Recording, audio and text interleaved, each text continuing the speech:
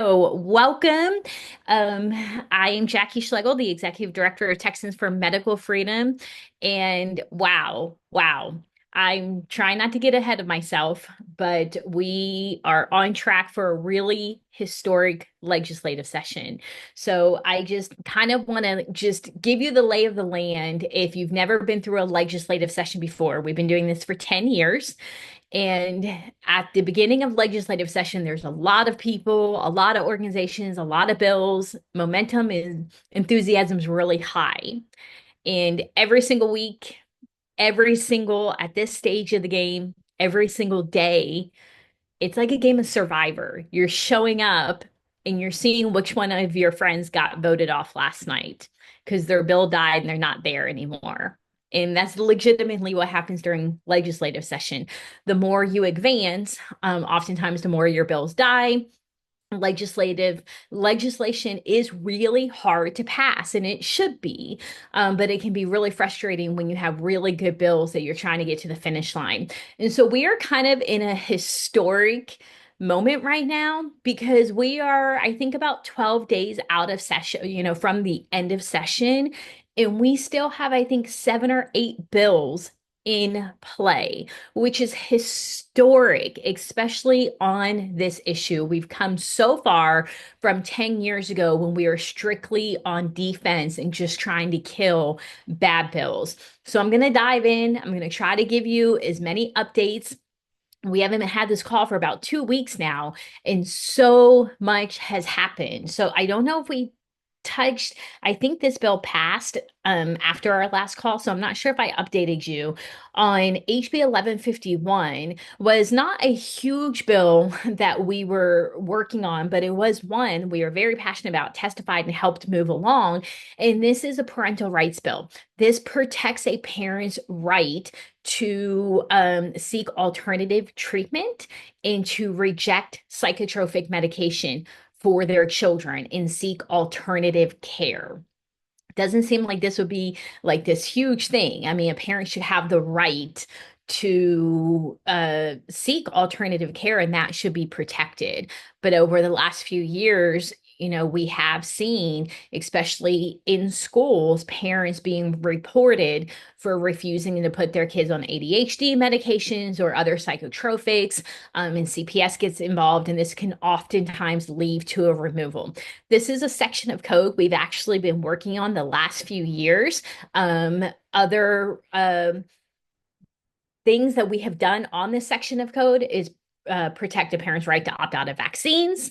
Then we came back and we added the right to seek a second opinion or transfer your child's medical care. And now this just passed about the alternative care and declining the psychotropic medication. And that has passed the House in the Senate, and that is now headed to Governor Abbott's desk. So that's a really big positive update. And I love bills like this because they really impact Texas families. A lot of times these aren't the bills that make the headlines, but they make a huge impact for our families in a lot of the casework that we get. A lot of the phone calls we get from families needing help oftentimes are on these small little nuance issues. So I'm very proud of that. Very grateful to Chairwoman Hall, who has just been a champion on parental rights issues and medical freedom, for getting that passed. So the next big victory is today we passed on third reading out of the House SB 269, which is the vaccine adverse reporting bill by Senator Perry. Super easy bill that it requires physicians to report vaccine reactions. You're going to see a lot of this big push in the next few years of like where the federal government has failed. Historically, states have been really apprehensive to step in because they see this as a federal issue. We're to the point now in a post-COVID world where the legislators and the members now understand it is up to Texas. We have to lead on this issue. We cannot let the federal government be in control of all of these systems. And so we're going to start chipping away. And this is a really, really good bill that is going to put protections in place for patients to put the burden of reporting on doctors, which is where it should be. That at least in part, it should be. Doctors should be required to report adverse reactions. So that has passed. We're really excited. We believe that's going to get signed into law. And that is the first of our big priorities. If you remember, we had 9 legislative priorities coming into session, and we're on track for seven of those priorities, which again would be a historic win for medical freedom. So let's move to the next bill, which is HB 4535. That's the COVID vaccine transparency bill. We got that through the House last week, over to the Senate, had a committee hearing on that, passed out of committee. That should be going to the Senate floor. We don't see any problems passing this bill. Listen, Texas Medical Association did not love this bill, but the new recommendations that came out today only proved our point that individuals who are going to their doctors to take this vaccine need full informed consent on the ever evolving, changing nature and recommendations of this vaccine. We've all known this. I get a lot of grassroots people that say, do we really need this bill? It's like, yeah, because a lot of Americans are still not asking the tough questions, and they need to be informed at their doctor's office of the nature of this vaccine and the harm that it can do. So I'm very, very excited about that bill. Texas Medical Association lobbied against it in the hearing, which again was kind of shocking. It's like, you're against informed consent, and their argument was they are for informed consent, but it's too much paperwork for the patient. They didn't want the paperwork. The senators were not buying that argument. So we're very excited that that has cleared the Senate committee. Let's see. Another one that has passed out of committee, and actually not only has it passed out of the committee, but the committee report has been distributed, which is a part of the process to move this bill along. Is 4076. If you guys remember, this is the organ transplant bill. What is so incredibly awesome about this bill is it was a late file. We worked with our champion legislator, Jeff Leach, to draft this bill and get this bill filed and get a hearing for it. This will be the first legislation of its kind in the entire country. Okay. Nobody else has the protections that, by the grace of God, we are about to sign into law. I am getting emails and calls from people all across the country saying, had a family with a baby in North Carolina who was 4 months old, needs a liver transplant, was born with a very rare disorder, is very, very sick. And they are being told this baby needs to get caught up on like 15 vaccines in order to get a transplant.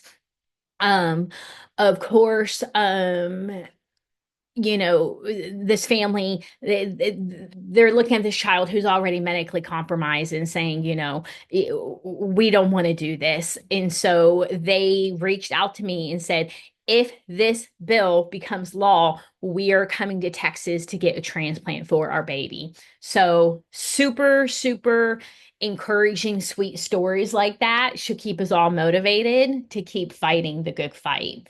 So that should get on the intent calendar very soon for a full Senate vote. So we need to be pushing our senators to vote yes on this bill and 4535. Be on the lookout for action alerts when that's placed on the intent calendar. Unlike the House, the Senate's a little bit more difficult to track. The rules are very, very different, and they can basically bring bills up at any time for a vote. It makes it very difficult to track, but we're going to do our best to keep you informed of when these bills are coming up. The next one is HB 1586, and y'all, I love this bill. I've been filing this bill since 2017. So we've been doing this for a while now. And we finally had the right bill author, the right everything to fall into place. And even with all of the right pieces in the right political climate to move this bill that allows parents to print out a vaccine exemption form, the medical lobby and establishment has lost their ever loving minds on this bill. In the House, they put out this horrible action alert about this bill. Probably 30 people showed up with just false information that this bill was going to cause outbreaks. It was due to lazy parenting. It was, stupid moms. I mean, literally, this is what the testimony was. And we were able to move this bill, move it through the House floor. Fast forward to last night in the Senate, the bill was heard very, very late. I was the only person who held out to testify. I think it was about like 9:30, 10 o'clock last night on for the bill. Everybody else was against the bill. And not only were the legislators not having it, I mean, the senators were just, they had it with this narrative. Senator Kolkhorst offered up a committee substitute to incorporate Senate Bill 407. Okay. Senate Bill 407 is our legislative priority to require healthcare facilities to accept vaccine exemptions for healthcare workers. This has been sitting in the Public Health Committee in the House. We couldn't get it to move to save our life for various different reasons. And so we went to Senator Kolkhorst and we were throwing out all of the options of what we could do. And there's another part of this story that you guys are really going to want to pay attention to, because if you've been talking to me on a personal level, we've changed course a few times on this. And so I'm really glad you guys are on this call so you can get the latest information, because it is ever evolving. Okay. But 407 has now been tacked on to 1586, barring that we can get all of the captions in the bill. Okay, well, first we actually got to pass the Senate. Let me be clear on that. But we have the votes to pass the Senate. But the second part is we have to make sure that everything's in order so that this can go back to the House for the final stage and not get killed. Because when anytime you take a bill and you amend it or you add parts to it, it's got to go back for another round of reviews. And if you don't have everything lined up perfectly, it can kill your bill. Okay. So we are still we're optimistic, but we are incredibly cautious on this. Now, 1586 is incorporating 407.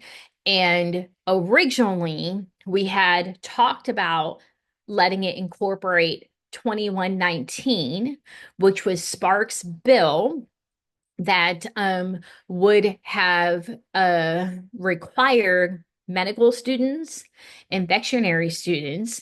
It would have required those schools to accept those students' vaccine exemptions. Okay. Hope you guys are tracking here. This is a lot of information, but I know there's a few of you on this call who really need this very important information.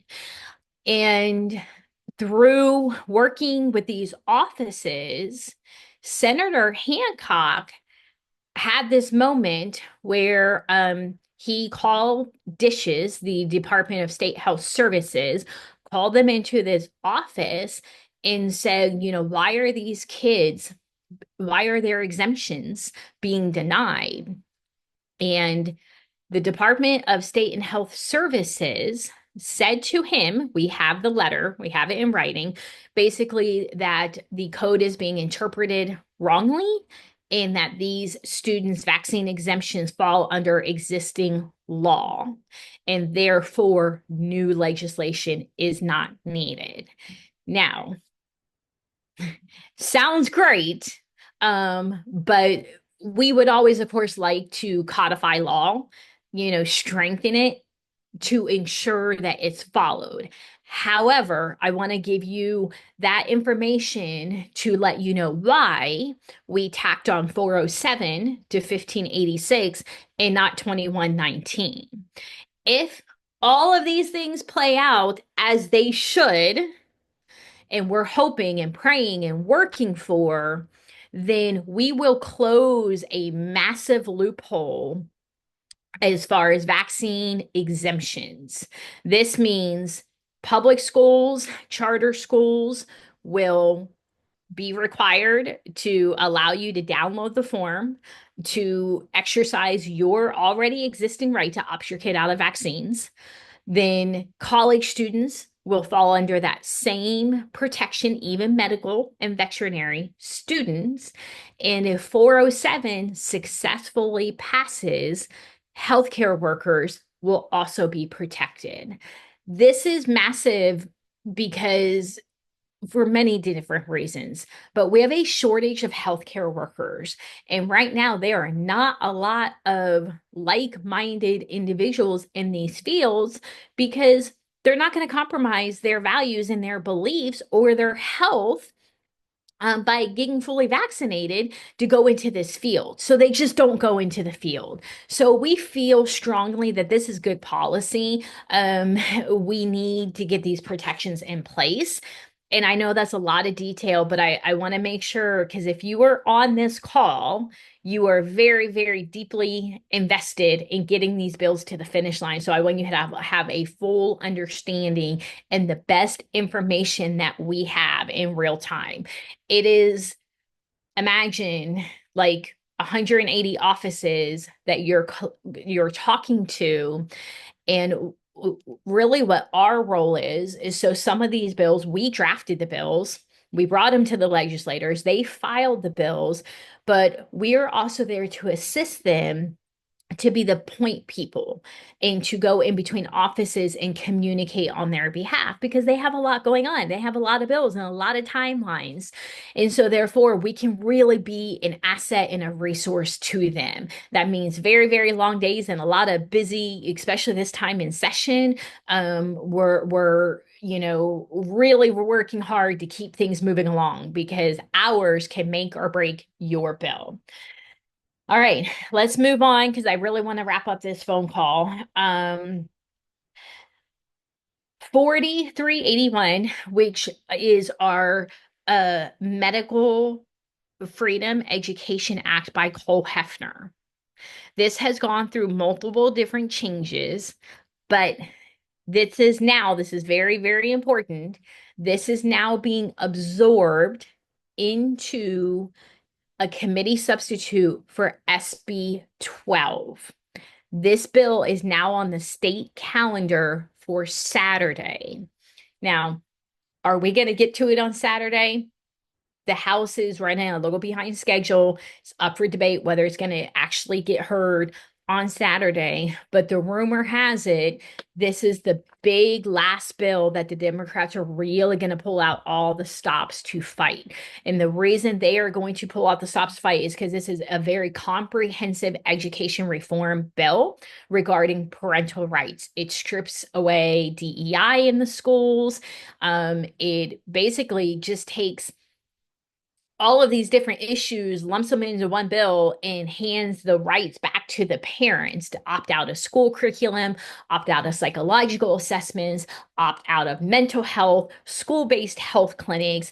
And there's a requirement in there of informed consent that a school will have to post on their website that you have the right to opt out of vaccines, school-based health clinics. They have to notify you if these things are taking place, if your child is going to, if they want to do a psychological assessment, then they will have to notify you. This is common sense things, but believe it or not, these are the issues we're having in public schools as it relates to our children. So I'm so excited. We Chairman Leach and Hefner, Chair Hefner is the one who filed it for us. We've been through several different variations, several different amendments to several different bills, and this is where it ended up. And I'm so thankful for Chairman Leach for standing strong on keeping our language in this bill. So if all goes well on Saturday, that's going to be a huge, huge win for parents all across the state of Texas. All right, let's get through these last few bills.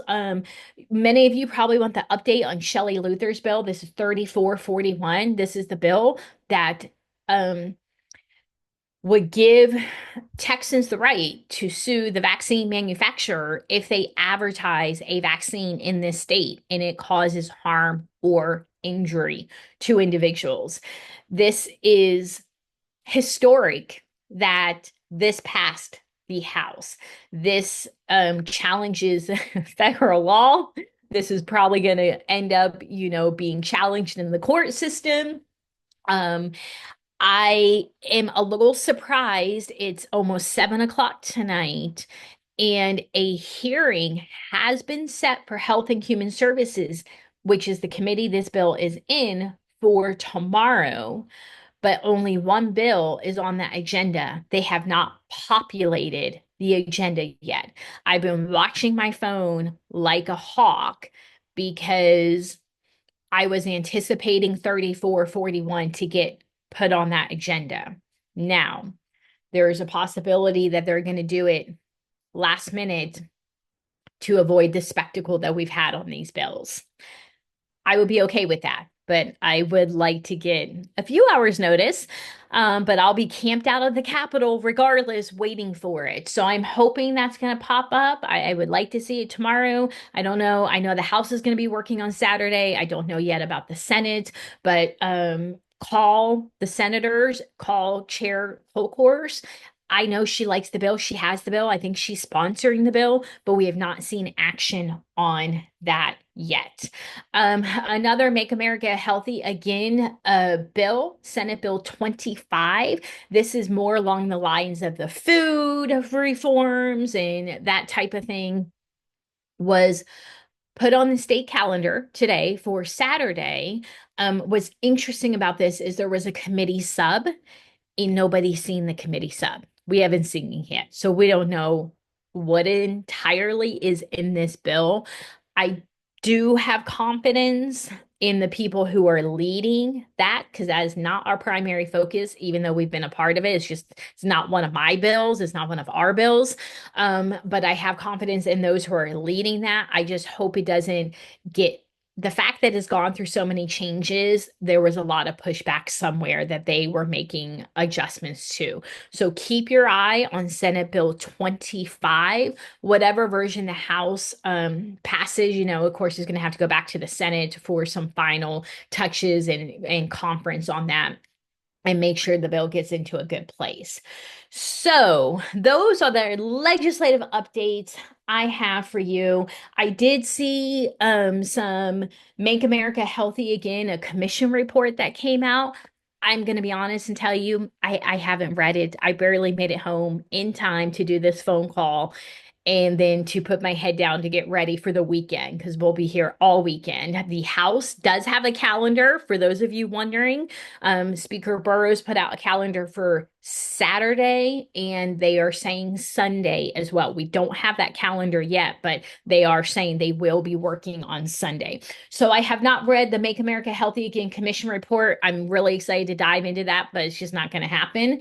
And the last final things, I want to remind you, a call to action. If you are not a part of our Grassroots Club, $25 a month, which supports literally what we are doing and what this work is at the Capitol, you should definitely join, because next Thursday night, we're going to be doing one of these things with Alan Phillips, who, if you do not know, is like this expert vaccine rights attorney who is going to be talking to us about exemptions and about vaccine mandates in court and how they relate in family custody situations. This is one of the number one questions we get from our families who are going through a divorce. And unfortunately, It's often used as leverage in these cases. And so it's a phone call we get on a regular basis. And so we want to bring you some expert advice from Alan Phillips. And so we definitely want you to join us. And when you join the Grassroots Club, you will also get a free ticket to our gala on September 6th. And a lot of people are asking me about the gala because we hopefully are going to have this historic legislative session and be celebrating monumental wins. And so we want to have you there on September 6th in Dallas, and you can go to our website and get more information. On that note, we will send you an email follow up on these bills. And I'm really glad you could join tonight. Thank you for letting me go into such specific detail on all of these different bills. I know it's a lot of information, but we really, really appreciate your support. And feel free to email me, text me if you have any questions. And I know I look forward to connecting with some of you this weekend who are going to be here helping us get these bills to the finish line. All right, guys, you have a great night.